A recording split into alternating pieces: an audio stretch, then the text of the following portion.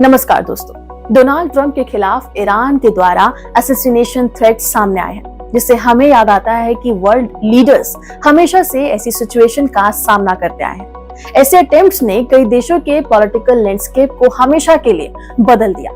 आज हम डिस्कस करेंगे इतिहास के कुछ सबसे बड़े केसेस और उनके ग्लोबल इम्पैक्ट को। अभी की सिचुएशन पर आते हैं। डोनाल्ड ट्रंप के खिलाफ ईरान की तरफ से असैसिनेशन थ्रेट यानी कि हत्या की धमकी दी गई है। 2020 में यूएस ने ईरानी जनरल कासिम सुलेमानी को एक ड्रोन स्ट्राइक में मार दिया था। ये हत्या मिडिल ईस्ट में टेंशन बढ़ाने वाला साबित हुआ और अब यूएस इंटेलिजेंस ने बताया कि ईरान बदले की भावना से ट्रंप को टारगेट करने की कोशिश कर रहा है। सुलेमानी को जनवरी 2020 में बगदाद में यूएस ड्रोन स्ट्राइक के जरिए मारा गया। ईरान ने इस एक्ट को एक टेररिस्ट अटैक कहा और बदले की धमकी दी। हाल ही में यूएस इंटेलिजेंस ने बताया कि ईरान की तरफ से ट्रंप को लेकर स्पेसिफिक और रियल थ्रेट मौजूद है। ये असैसिनेशन एफर्ट्स ट्रंप की लाइफ के लिए बहुत ही सीरियस मानी जा रही है। अब हम बात करते हैं एक और बड़ी हत्या की, जिसने साउथ एशिया को हिलाकर रख दिया था। राजीव गांधी की 1991 में की गई हत्या। इंडिया के फॉर्मर प्राइम मिनिस्टर को श्रीलंका के एक सेपरेटिस्ट ग्रुप लिट्टे द्वारा श्री पेरुम्बदूर में एक इलेक्शन रैली में मारा गया था। यह असैसिनेशन न सिर्फ इंडियन पॉलिटिक्स बल्कि साउथ एशियन जियोपॉलिटिक्स पर भी गहरा असर डालने वाला था। राजीव गांधी की liberation tiger of Tamil Eelam यानी कि लिट्टे ने हत्या की थी। ये ग्रुप श्रीलंका में तमिल सेपरेशन के संघर्ष के लिए खड़ा था और इंडिया द्वारा भेजी गई इंडियन पीस कीपिंग फोर्सेस से नाराज था। राजीव गांधी की हत्या के बाद इंडिया के पॉलिटिकल लैंडस्केप में बदलाव आया।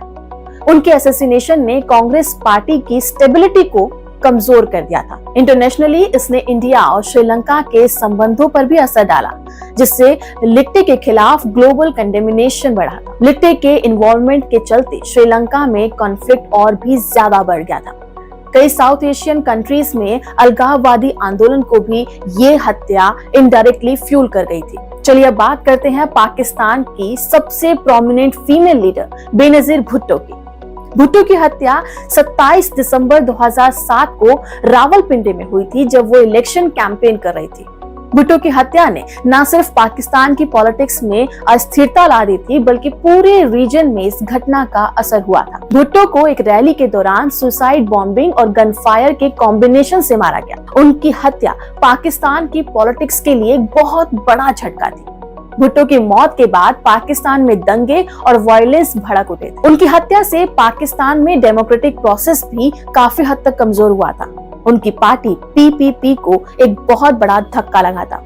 Bhutto, being the first female prime minister of a Muslim majority country, symbolized women's empowerment और उनकी हत्या से एक्सट्रीमिस्ट ग्रुप की स्ट्रेंथ बढ़ गई थी और पाकिस्तान में इंस्टेबिलिटी का दौर लंबा चला था। बांग्लादेश फाउंडेशन के आर्किटेक्ट शेख मुजीबुर रहमान की हत्या एक और ऐसी घटना है जिसने सभी लोगों का ध्यान अपनी तरफ खींचा, जो साउथ एशियन पॉलिटिक्स को परमानेंटली बदलने वाला साबित हुआ। उन्हें 15 अगस्त 1975 में ढाका में उनके परिवार के साथ मार दिया गया था। शेख मुजीब को एक मिलिट्री कॉप ने अपने परिवार के साथ ही मार दिया था और सिर्फ उनकी 2 बेटियां, जिसमें शेख हसीना भी शामिल है, उस समय बचे थे। मुजीब की हत्या ने बांग्लादेश को ईयर्स ऑफ मिलिट्री रूल में धकेल दिया था और उनकी प्रोग्रेसिव विजन टेम्पररी ड्रेल हो गई थी। उनकी बेटी शेख हसीना की सरकार आने के बाद ही उनके हत्यारों को सजा दी गई थी। बांग्लादेश में मुजीब की डेथ के बाद कई मिलिट्री कोप और अनस्टेबल गवर्नमेंट देखने को मिली थी। उनकी इस हत्या ने बांग्लादेश में सेक्युलर वर्सेस इस्लामिक पॉलिटिक्स की खाई को और भी ज्यादा गहरा कर दिया था। ये हत्याएं किसी भी देश की पॉलिटिक्स में एक बड़ा वैक्यूम क्रिएट कर देती हैं। इससे न केवल डोमेस्टिक पॉलिटिक्स में इंस्टेबिलिटी आती है, बल्कि ग्लोबल रिलेशंस और इकोनॉमी पर भी इसका गहरा असर पड़ता है। इन हाई प्रोफाइल असैसिनेशन के बाद नेशनल सिक्योरिटीज और ग्लोबल डिप्लोमेटिक रिलेशंस पर गहरा असर देखने को मिलता है। इंदिरा गांधी, बेनजीर भुट्टो और शेख मुजीब जैसे लीडर्स की हत्या से उनके देशों में राजनीतिक अराजकता शुरू हुई।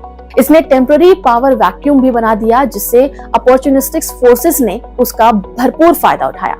राजीव गांधी और शेख मुजीब की हत्या ने नेबरिंग कंट्रीज के साथ रिलेशंस को भी काफी हद तक प्रभावित किया। खासकर श्रीलंका और इंडिया के संबंधों पर राजीव गांधी की हत्या का सीधा असर पड़ा था। बेनजीर भुट्टो की हत्या के बाद पाकिस्तान की इकोनॉमी में काफी बड़ा डाउनफॉल दिखा गया और इन्वेस्टर्स का कॉन्फिडेंस भी कम हो गया था। हत्या से नेशनल और ग्लोबल मार्केट में फ्लक्चुएशन बहुत ही आम होते हैं। बांग्लादेश में शेख मुजीबुर रहमान की हत्या के बाद एक और बड़ी हत्या ने देश को हिलाकर रख दिया था। जियाउर रहमान का 1981 में किया गया असैसिनेशन। जियाउर रहमान, जिन्होंने मुजीब की हत्या के बाद बांग्लादेश में मिलिट्री रूल स्थापित किया था, उनको चटगांव में रिबल आर्मी ऑफिसर्स द्वारा मारा गया। उनकी हत्या ने बांग्लादेश को एक और पॉलिटिकल क्राइसिस में धकेल दिया। रहमान की चटगांव में एक फेल्ड मिलिट्री कोप ने हत्या की थी और उनकी हत्या के बाद मिलिट्री और पॉलिटिकल अनरेस्ट एक बार फिर से बढ़ गया था, जिसने बांग्लादेश की अस्थिरता को और भी ज्यादा बढ़ा दिया था। रहमान की हत्या के बाद बांग्लादेश एक बार फिर से सेना के डोमिनेंस और पॉलिटिकल फैक्शनिज्म के अंदर आ चुका था। उनकी पत्नी खालिदा जिया ने बाद में पॉलिटिकल लीडरशिप संभाली और रहमान की डेथ से देश की डेमोक्रेटिक जर्नी जो थी वो टेम्पररी डेड हो गई थी। रहमान की हत्या के बाद उनकी पत्नी खालिदा जिया और शेख हसीना के बीच पॉलिटिकल विरोधियों ने बांग्लादेश की पॉलिटिक्स को डीपली डिवाइड किया। दोनों नेताओं के बीच कई दशकों तक पावर स्ट्रगल जारी रहा। साउथ एशिया में 2001 में एक और शॉकिंग असैसिनेशन इवेंट हुआ और वो था किंग बीरेंद्रा ऑफ नेपाल की हत्या। नेपाली शाही नरसंहार ने न सिर्फ नेपाल की मोनार्की को खत्म किया बल्कि देश की पॉलिटिकल और सोशल डायनामिक्स को भी बदल कर रख दिया। 1 जून 2001 की रात को नारायणहिटी रॉयल पैलेस में एक फैमिली डिनर के दौरान क्राउन प्रिंस दीपेंद्रा ने अपने पिता राजा बीरेंद्र, रानी ऐश्वर्या और कई दूसरे रॉयल फैमिली मेंबर्स की हत्या कर दी थी। मोटिव अनक्लियर रहा, लेकिन माना जा रहा है कि यह घटना एक फैमिली डिस्प्यूट के चलते हुई। किंग बीरेंद्रा की हत्या के बाद नेपाल की मोनार्की और लोगों के बीच जो उनका भरोसा था वो टूट गया। इस घटना ने मोनार्की को कमजोर कर दिया और 2008 में नेपाल को एक डेमोक्रेटिक रिपब्लिक बना दिया। इसके बाद नेपाल में माओइस्ट इंसर्जेंसी बढ़ गई थी, जिससे देश में डेमोक्रेसी की मांग तेजी से बढ़ने लगी। This tragic event eventually led to the abolition of the monarchy and एक नए पॉलिटिकल सिस्टम की शुरुआत के लिए ये फायदेमंद रहा। हत्या का पॉलिटिकल लैंडस्केप पर हमेशा से ही असर रहा है।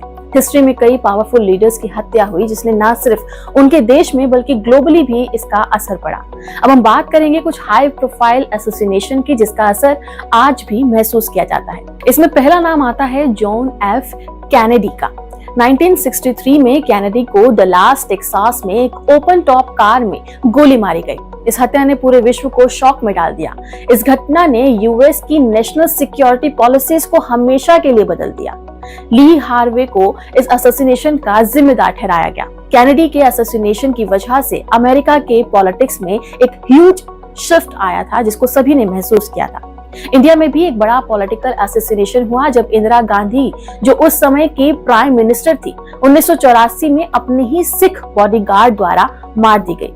यह हत्या भारत के सिख हिंदू रिलेशंस को परमानेंटली इम्पैक्ट करने वाला साबित हुआ और इस घटना के बाद सिख विरोधी दंगों ने पूरे देश को हिलाकर रख दिया था।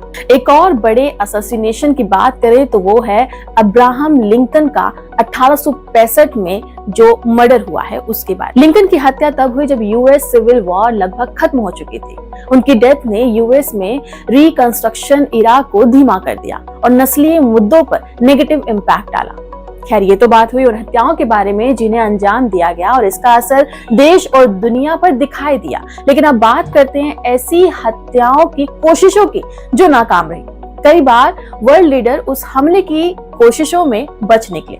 1981 में यूएस के प्रेसिडेंट रोनाल्ड रीगन पर एक हत्यारे यानी कि जॉन ने गोली मारी थी। हालांकि रीगन घायल हुए थे लेकिन उनकी जान बच गई थी। इस हत्या के अटेम्प्ट के बाद यूएस के सीक्रेट सर्विस की एक्टिविटीज को और भी ज्यादा टाइट कर दिया गया था। आपको जानकर हैरानी होगी कि रेवोल्यूशनरी लीडर पर 600 से भी ज्यादा बार हत्या की कोशिश की गई थी, जिनमें से कोई भी सक्सेसफुल नहीं हो पाया।